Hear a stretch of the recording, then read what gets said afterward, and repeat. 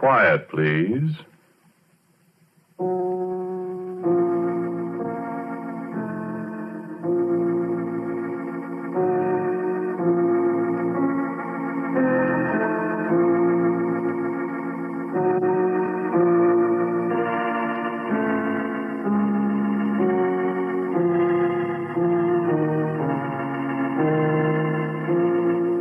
The Mutual Broadcasting System presents Quiet Please, which is written and directed by Willis Cooper and which features Ernest Chappell.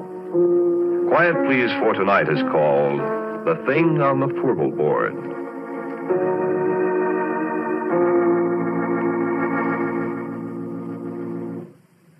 Me, I'm a roughneck. Well, I was a roughneck, 20 years ago. A little too old, too slow now. Besides, I got $1 now. I don't have to be a roughneck, you see. Married, got a nice home. Have to meet my wife. Hey, Mike. Her name's Maxine, but she likes to be called Mike. Mike! I guess she's busy out in the kitchen someplace. Besides, she doesn't hear very well. Shame, too. She's so pretty and everything. Well, you'll meet her. Sit down. I was saying I was a roughneck. Well, no, that doesn't mean exactly what you think it means. A roughneck is an oil field worker, specifically a guy in a drilling crew. Call them roughnecks like you call a section hand on the railroad a gandy dancer, a garage hand a grease monkey. Same time you work around a drilling crew for a while, you're going to be a roughneck in every sense of the word, boy. A derrick floor or a Fourble board's no place for a guy with a bow tie. Because when you have to fool around with drilling holes that go farther down the ground than it is from the top of Pike's Peak down to sea level... Yeah, sure they do. The time I was a roughneck, we got this one well down to 7,313 feet. That was a record. But last May, Pure Oil brought one in out in the Natrona Valley in Wyoming at 14,309 feet. That, friend, is almost 3 miles. Quite a hole, that, huh? Sure, I don't think there's an oil man in the world that don't wonder one time or another what's down there, besides rock and oil and gas. Oil that's made out of trees that died 20 million years ago. Oil that's made out of dinosaur bones. Oil that's maybe made out of the flesh and blood of men, maybe, that beat each other to death with a stone axe, ate saber-toothed tiger for lunch. Yeah, you get to wondering. You look at the cores that come up from way down there, and sometimes the little shells, trilobites mostly, that was alive when Manhattan Island, where New York is, was under half a mile of ice. We found something once, me and Billy Grunwald, and something found us. I'll tell you about it. We were down to around 5,400 feet. We'd set casing. We began to get water, so we had to stop drilling and cement off. Well, you see, when water begins to seep in the hole, you pull your drill pipe, then you let down a cementing shoe inside the casing, and you plug up the bottom of the hole, casing and all, with quick-hardening waterproof cement. Then when it's hard, you drill through the cement and go on down, and the cement outside the casing at the bottom keeps the water out. Well, we had the drill pipe all pulled and racked. The cement was setting, see, so we was shut down, waiting for it to harden. We'd been coring just before. Well, you see, a core drill is hollow, and as the bit digs down, it stuffs the drillings up inside it, so when you pull it out, you got a sample of the kind of stuff you're going through. And a geologist can tell a lot from that. So there's nobody around the rig except me that night. The rest of the crew's going into town. I was toasting some pork chops over the forge for my supper. I heard a car pulling up. Look out, it's Billy Grunwald, the geologist, and I give him a hello. Hi, Billy. Come and have a pork chop. Hi, Porky. Where's everybody? Yeah, all went to town. I'm the whole crew. I had 3 blowouts between here and Oxnard. Yeah, I wondered where you was. Ted said you'd be in here about 3. Yeah, I would have been, except for my tough luck. Oh, I'm dead. Yeah, hungry? Starved. Yeah, I got 7 pork chops. And bread. And some coffee, kind of. Swell. Yeah, I got a bottle in the car. We're going to have a banquet. Hey, where's that core? That's what I came up here to look at. Yeah, back there on the bench. Look at it after supper. Hey. What? Didn't you say you were all alone here? Uh-huh. I thought I heard somebody talking. I don't see anybody. If you keep an eye on that pork chop, you won't have any supper. Yeah, I'm watching it. Yeah, let me put the coffee on.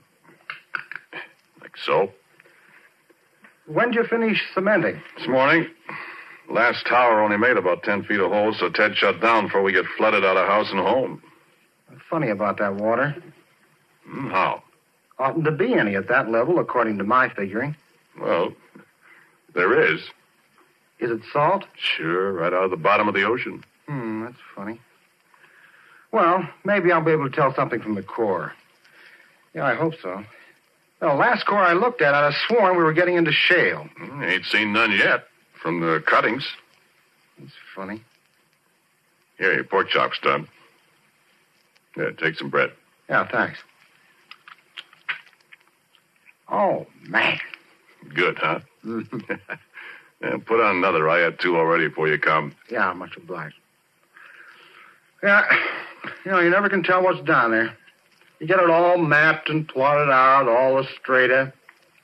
And all you know is what comes out of the hole. Yeah, I'd like to go down there sometime if I was little enough.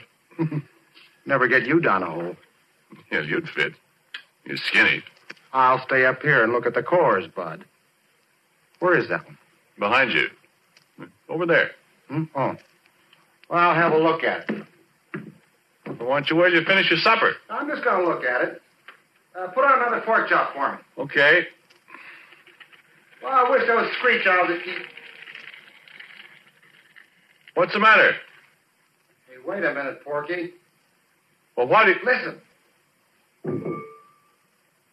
What's eating you? You know, I'd have sworn there's somebody up there in that Fourble Board. Ah, you're crazy. There's nobody up there. You're going to get those stands of drill pipe. Ah, they're just rack crooked. One of them slipped. Come on back and eat your pork chop. Yeah. Yeah, I guess so. Only I... What you so jittery about, Billy? Come on, eat your sandwich. Here. Yeah, well, thanks, Porky. I don't know. I'm just naturally that way, I guess. I'm always scared of the dark. Doggone it, I hate to be a baby, but I can't help it. Scared of the dark? Honest? Stupid, ain't it? Oh, I don't know. Everybody's scared of something. Me. Spiders scare the tar out of me. Black widows. Oh. I know how you feel, Billy. There another light over here? Yeah. Here. Ah. Oh. That's better. Hey, listen, Porky. Go out to the car and look in the left-hand door pocket and bring back that bottle, will you? That's what I need. Okay, kid. Okay. So I picked up a flashlight. I turned around and went outside. I found the car. And I got the bottle. And the floor of the derrick was all lit up, and when I saw a beam of light suddenly flash up toward the Fourble Board, I laughed. Billy Grunwald and his ideas. Sure, I looked up. There wasn't a darn thing up there, except the drill pipe racked against the fingerboard. Oh, this, Fourble Board. Well, you've seen oil derricks, or pictures of them. Do you know that little platform that runs around the outside of the derrick about halfway up? Well, that's the Fourble Board. Well, you see, drill pipe comes in lengths, and you handle them with several lengths screwed together so as to save time getting them in and out of the hole. 2 lengths is a double, 3 is a triple, 4 is a Fourble.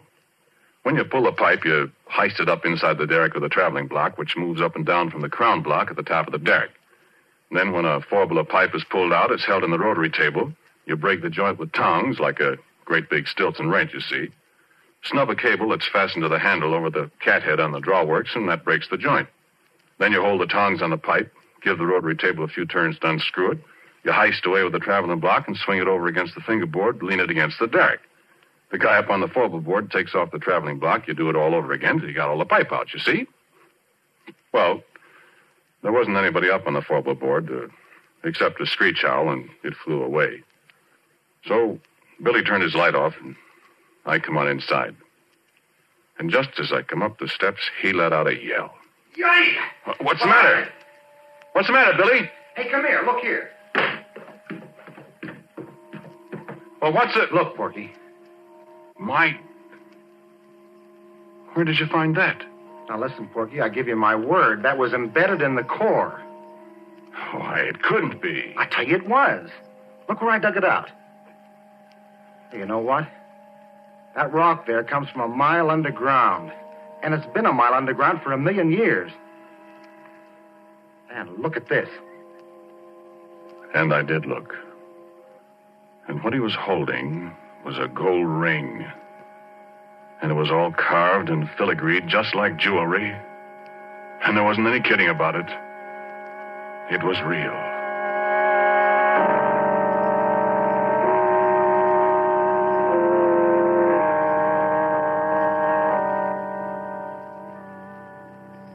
No, wait a minute. Hang on, I ain't done.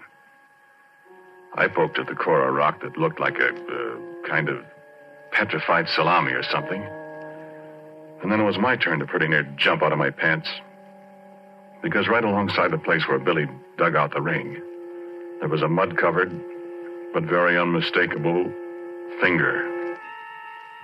I picked it up, and it was cold, and it was heavy, and it was solid rock. At least it felt like solid rock. And I looked at Billy, and Billy looked at me. He started to rub the mud off this here stone finger. And as he rubbed it, it begun to disappear. No, he could still feel it, he said, but when the mud was gone, neither one of us could see it. And he dropped it to the derrick floor. It went clunk, and we couldn't find it anyplace. So you know what we done? Well, we took that bottle and we took and finished it, Billy and me. We finished it in one slug apiece, and it was a full pint of bathtub gin. It tasted just like so much well water to me.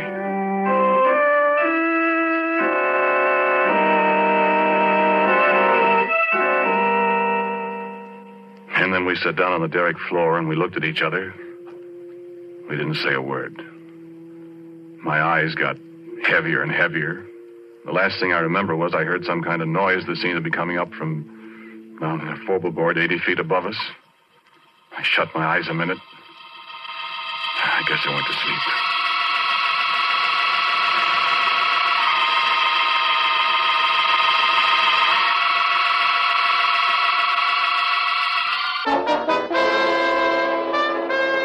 It's the golden age of radio, and we'll be right back.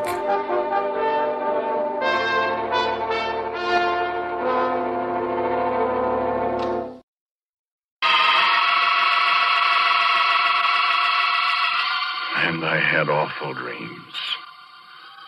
Black widow, spiders crawling all over me with gold rings on their legs. Things I could hear, but I couldn't see up on the Fourble Board. Billy Grunwald climbing up the ladder outside the derrick in the moonlight. Faces looking at me, and I couldn't figure out who they were. Then I was waked up by a horrible scream. A crash alongside me that shook the whole derrick. I opened my eyes to see Billy Grunwald lying on the floor 2 feet away with a broken neck.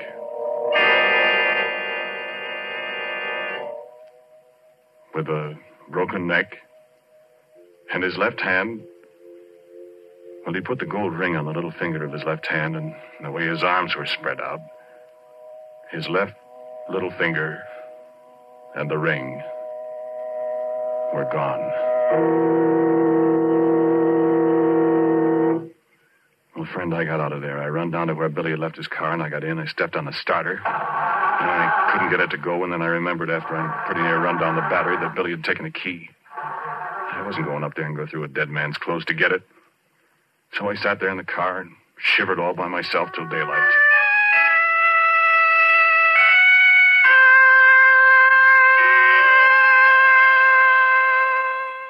And then Ted and the crew came. Afterwards, a state cop, and everybody in the world was asking me questions. Did you and Billy have a fight, Porky? I told you we didn't, Ted. But you had been drinking. We only had that little pint, Ted. Well, what was he doing up on the Fourble Board? Did you threaten him, and did he run up there to get away from you? Listen, cop, don't be a chump. Billy Grunwald and I were good friends. Then why'd you push him off the Fourble Board? I didn't, I tell you. I wasn't up there. Oh, what did he go up there for? I don't know. I was asleep. How do you know he was up there? I didn't say he was. You said so. Besides, how would he break his neck if he didn't fall from way up there? Well, look, officer. I think it was just another accident. I mean, we haven't got anything on Porky, and personally, I don't believe he did it. Well, it's mighty mysterious. So it is. But we got work to do. Now, how about it? That cement's hard down there. I want to start drilling again, and I'm short-handed. Will you let Porky stay here till I run in my pipe again, and Oh, then you can take him and ask him questions till you're blue in the face. Well, Okay. Let's get rolling. You got steam up, Happy? I'm all set. All right. Porky, you go from the Fourble Board. What? Not me, Ted. Oh, don't be such a boob. There's nobody up there to shove you overboard. And you can put a safety line around you if you want to. And besides, you're getting paid to do what you're told. I've lost too much time already. Come on, get going.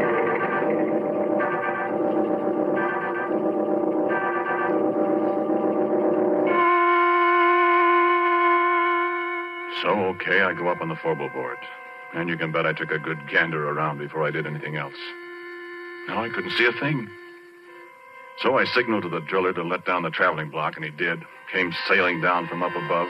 I was just reaching for it to pick up the first Fourble of drill pipe. Gave a big jerk, and the cable broke. It dropped and nearly pulled me off the Fourble Board. And it landed right on top of Ted. And if you have any idea what a guy looks like after 2 tons of metal land on him from 80 feet up, yeah, you keep your ideas to yourself.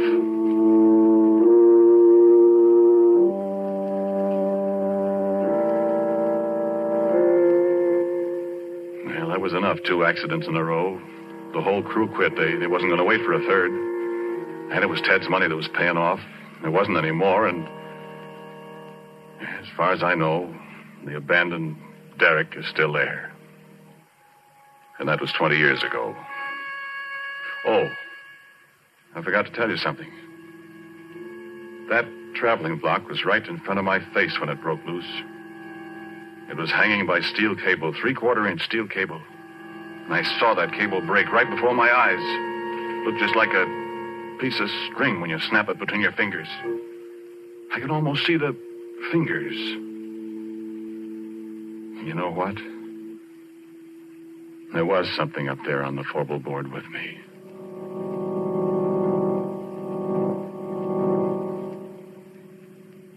And so a couple of days later, I came back. I don't know if there's anything in the world as desolate, as dismal, as dead-looking as an abandoned oil well rig. There it stands like a skeleton off on a deserted side road in the bare yellow hills surrounding it, and it's the deadest thing you ever saw. I sat in my car for a long time looking at it. Everything was just the way we'd left it. I looked into the floor. The smashed traveling block was there alongside the rotary table. There was a little mutter of steam from the boiler. That was all.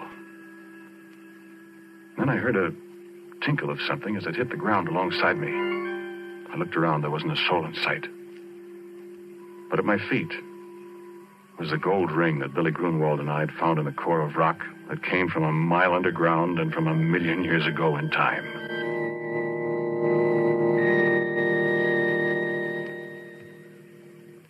And I heard a little sound. The sound of a kid crying. And there wasn't any kid up there. And I heard it again, and it came from above my head, and I took out my revolver. I loaded it carefully. I started up the ladder to the Fourble Board. No, there wasn't anything up there, nothing I could see. There was a voice crying. The voice of a little kid. And then there was a movement behind the rack of drill pipes, and I saw the pipe move, and I yelled, "Come out of there, whoever you are! Come out or I'll start shooting!" And the stand-up pipe shivered, and I thought, what can it be that can handle that heavy pipe like jack straws? And then there was a crash.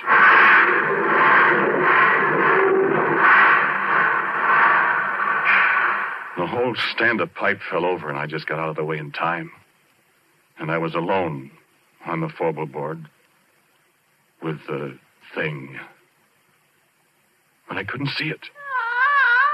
I felt the platform tremble under my feet again as something moved toward me. I fired 2 or 3 shots. And nothing happened. I started backwards. I knew it was following me because I could hear it meowing like a cat. My feet tripped over something. I saw it was a big can of red lead that somebody had left up there.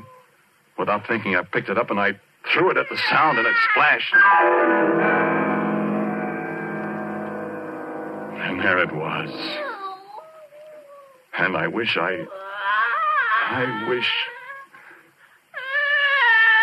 face of a little girl, frightened, crying with hunger and terror.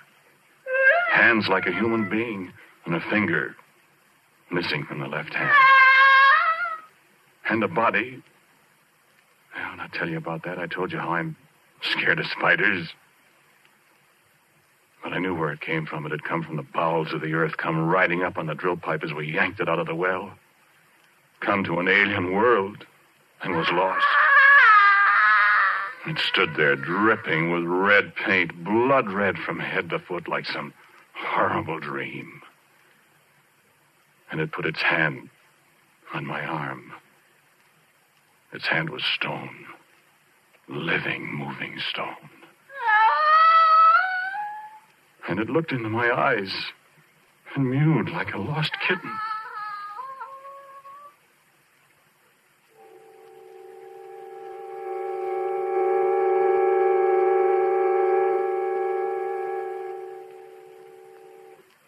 "20 years ago, I discovered many things about it, what it used for food, that it was deaf, that it was invisible and couldn't see people when it was invisible, that if you sprayed it with mud or paint, or grease paint, makeup, then it could see people. And believe me, I didn't want to see its body. I can see that in my nightmares. But its face, I can't help wanting to see that pathetic little girl face. I'm afraid maybe I've fallen. But it's very beautiful. And when it's well made up, it's... But making it up, rubbing grease paint on a stone face that looks at you and smiles, and it makes sounds like a lost kitten yet. I can disguise the body in long dresses. She can't hear very well, and when she's hungry, I have to stay out of her way. I found out what she likes to eat, remember? No, sit still. Sit still, do. Sit still or I'll have to shoot you. I want you to meet my wife. Or rather, my wife wants to meet you. Mike? Mike? There she is.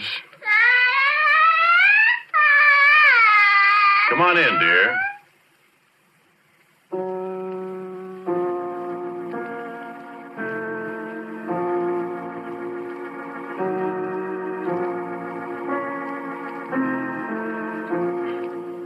The title of tonight's Quiet Please story is The Thing on the Fourble Board. It was written and directed by Willis Cooper and featured Ernest Chappell. And Dan Sutter played Billy Grunwald. Pat O'Malley was Ted. And Cecil Roy was also a member of the cast. As usual, music for Quiet Please is played by Albert Berman. Sound by our good friend Albert April. Now, for a word about next week, here is our writer-director, Willis Cooper. Well, I'm reasonably sure that all the characters in tonight's stories were completely fictional. At least I, for one, hope so. Next week, the story is called Presto Changeo, I'm sure. And so, until next week at the same time, I am quietly yours, Ernest Chappell. This program was heard in Canada through the facilities of the Canadian Broadcasting Corporation. This is the Mutual Broadcasting System.